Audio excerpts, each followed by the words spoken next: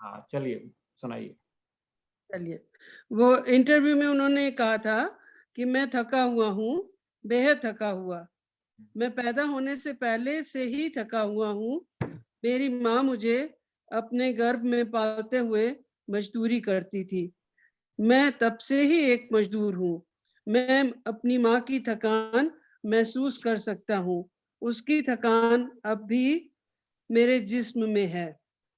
तो उनकी कुछ कविताएँ हैं जो मैं छोटी-छोटी हैं। पहली कविता है शहतूत। क्या आपने कभी शहतूत देखा है?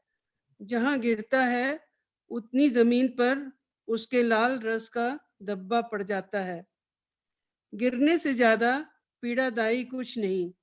मैंने कितने मजदूरों को देखा है इमारतों से गिरते हुए, गिरकर शहतूत बन जाते हुए। वाह, क्या बात है। बहुत बढ़िया। बहुत गहरी सोच है। संवेदनशील है। हाँ, बंदूक। अगर उन्होंने बंदूक का आविष्कार न किया होता तो कितने लोग दूर से ही मारे जाने से बच जाते। कई सारी चीजें आसान हो जाती। उन्हें मजदूरों की ताकत का एहसास दिलाना भी कहीं ज्यादा आसान होता। बिल्कुल। कि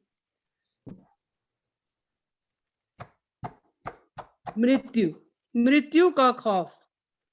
ताउम्र मैंने इस बात पर भरोसा किया कि झूठ बोलना गलत होता है। गलत होता है किसी को परेशान करना। ताउम्र मैंने इस बात को स्वीकार किया कि मौत भी जिंदगी का एक हिस्सा है। इसके बाद भी मुझे मृत्यु से डर लगता है। डर लगता है दूसरी दुनिया में भी मजदूर बने रहने से। क्या बात। मेरे पिता। अगर अपने पिता के बारे में कुछ कहने की हिम्मत करूं तो मेरी बात का भरोसा करना। उनके जीवन ने मुझे बहुत कम आनंद दिया। वो शख्स अपने परिवार के लिए समर्पित था।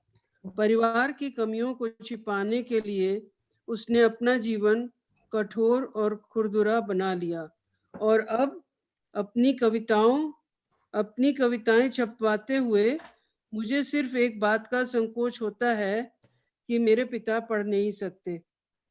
क्या बात। भाई वाह, बहुत सुंदर कविता, बहुत बढ़िया बात।